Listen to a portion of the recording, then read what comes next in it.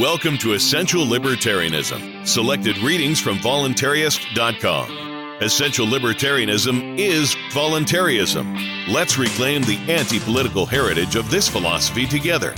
The essays and books we read in this show will bring us closer to the state-free voluntary society that we desire. Let's begin the journey.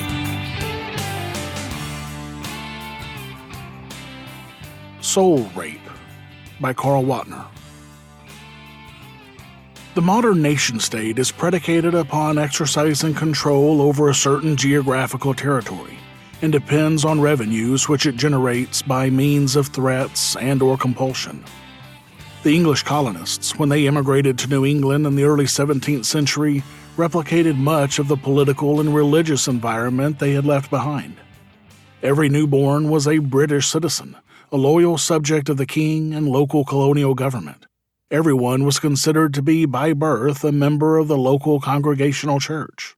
Most white males were subject to militia duty and had to pay taxes for the support of the government and church in the parish in which they lived. Dissenters and nonconformists, like the Baptists and Quakers who chose not to support the colonial religious establishment, founded their own churches, designated their own ministers, and paid them directly, if they were paid at all. Their refusal to sanction the congregational establishment led to fines, confiscations of property, and often imprisonment. Many were so stubborn that they refused to let anyone pay their taxes for them. They preferred to prove their loyalty to their principles by going to jail. One elderly Baptist widow, Esther White, spent 13 months in jail because she would not pay the 8-penny tax levied on her. These resistors were not tax dodgers or cheats. They could not honestly support or attend the services of a religion they did not believe in. Going to prison was a hard way to avoid paying taxes, and they often complained that the worst part of going to jail for refusing to pay their religious taxes was the ungodly company they had to associate with there. Their opponents in the congregational establishment shared a universal assumption that the stability of the social order and the safety of the state demanded the religious solidarity of all people in one church. The safety and welfare of the community rested on the morality and virtue of its citizens.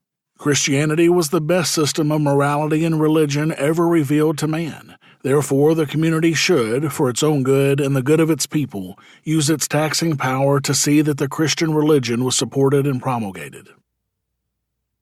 The Congregationalists of New England believed that separation of church and state and religious voluntarism would be unworkable. Men were too depraved to voluntarily support the proper number of churches and ministers. In their view, a good society justified taxes for support of religion just as it did for support of law, courts, highways, and public schools. They believed that churches were necessary to give consolation to the grieving, moral order to the common people, and the fear of God to potential lawbreakers. They did not trust the common man to support religion voluntarily, because history taught that human nature is always guided more by self-interest, passion, and lust for power than by benevolence, charity, and generosity. The first want of man, John Adams said, is his dinner, the second, his girl. The most important check on human depravity was the required preachings of morality, piety, and fear of God taught in the churches every Sunday. Voluntarism is perhaps the most important libertarian philosophy, and this podcast is designed to give you a piece of that. But there is a ton of other information out there on the topic of voluntarism. This is why we've compiled an easy list of great voluntarist resources in one location as a one-stop shop for the very best voluntarist content out there. From authors such as Lysander Spooner, Henry David Thoreau, Etienne de la Boétie, Larkin Rose, Carl Watner, Herbert Spencer, and more at essentiallibertarianism.com/books. The best part is that every time you buy something from that list, you help support this show without having to pay a penny extra. So go to essentiallibertarianism.com/books today to start or accelerate your journey to the only non-political, non-violent strategy to achieve a free society and help us delegitimize the state. EssentialLibertarianism.com/books. The analogy between the monopolistic religious establishment and the monopolistic political establishment was a well-recognized argument used against the dissenters. Where would society be if everyone who disliked a law refused to obey it? The question of taxation to support religion was compared to taxation to support roads, courts, and police. All were essential to the general welfare. Religion was so important to the safety and well-being of society that no state could exist without it. As Chief Justice Theophilus Parsons of the Massachusetts Supreme Court wrote in 1810, the distinction between liberty of conscience and worship and the right of appropriating money is material. The former is inalienable. The latter is surrendered as the price of protection. Freedom of conscience was quite distinct from the power to raise money for a public purpose. The argument in favor of exempting a dissenter from his parish taxes seems to mistake a man's money for his conscience. A contribution to the support of the regular churches, Parsons reasoned, was a contribution to the welfare of the state, and a man had no more right to be exempt from supporting a church he could not attend than to be free from school taxes because he had no children. Religious taxes, like other taxes required for the support of government, were part of the necessary cost of maintaining a government that provided protection to life, liberty, and property. Defenders of religious freedom, such as Roger Williams and Thomas Jefferson, thought differently. Henry Robinson, a contemporary of Roger Williams, compared the freedom to choose one's religion to the freedom to engage in work of one's own choosing. If the government could not designate what sort of work you should choose, why should it have the right to designate what religion you choose to follow?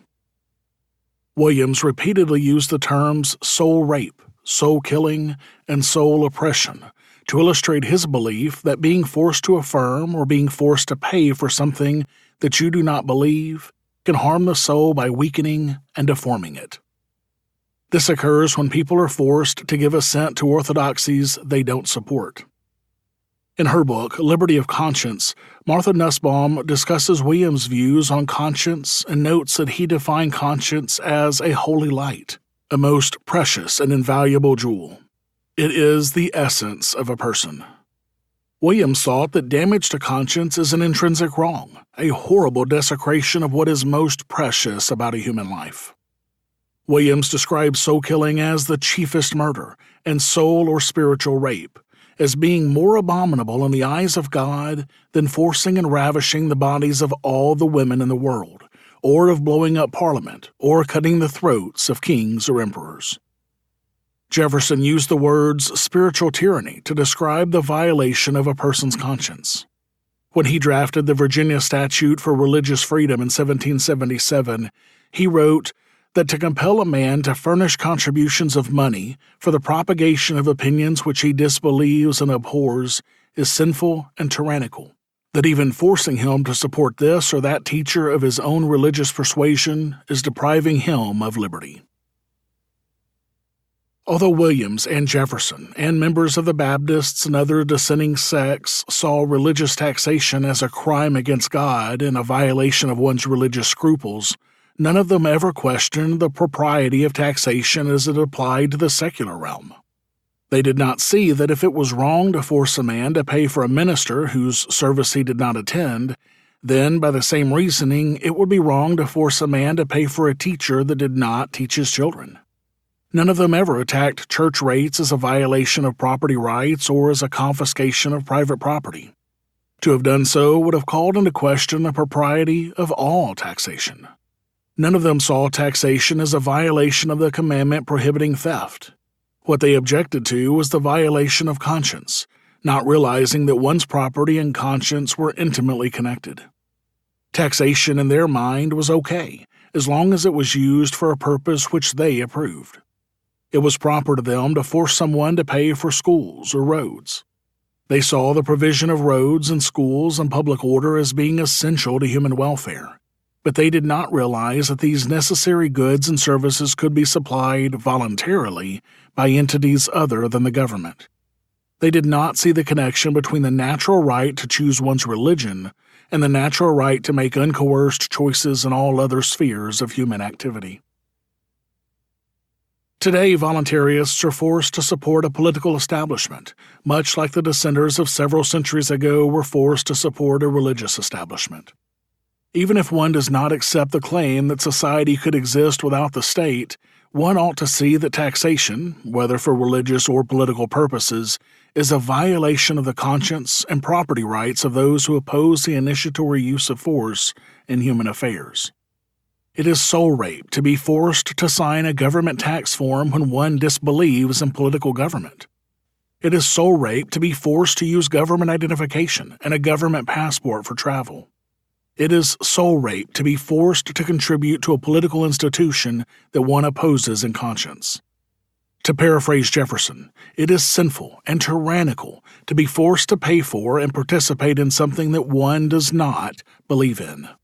It is slavery to have all or part of your life controlled by others against your will. It is just as wrong to have your property stolen from you, for whatever the alleged purpose, as it is to be forced to attend a church whose teachings you do not believe in, or to support a preacher with whom you disagree. The right to seek the truth in one's own way is one of the most important and necessary responsibilities of life. As Williams would have said, to destroy this right is to destroy the soul, because one is being forced to do something that one would not have willingly chosen to do. The way a man chooses to spend his money is a reflection of his personality and his conscience. To coerce a man into paying money for something he does not want or does not agree with is to demand that he surrender his property and his conscience. The common thief says, "Your money or your life." The government says, "Surrender your money and your conscience, or we will put you in jail." The voluntarist is one of the few that sees these demands as equally unjust. Whether emanating from the thief or from the government, such a demand is robbery, plain and simple. To describe taxation as soul rape, soul oppression, and soul killing is to seek to delegitimize the state, and to take a step toward the withdrawal of the cooperation and tacit consent on which it ultimately depends. Thank you for listening to Essential Libertarianism. You can check out the archives of all of our episodes at essentiallibertarianism.com. And you can subscribe to future episodes on any podcatcher, including Apple Podcasts, Stitcher, Google Play, and more. This has been a Pax Libertas Productions podcast.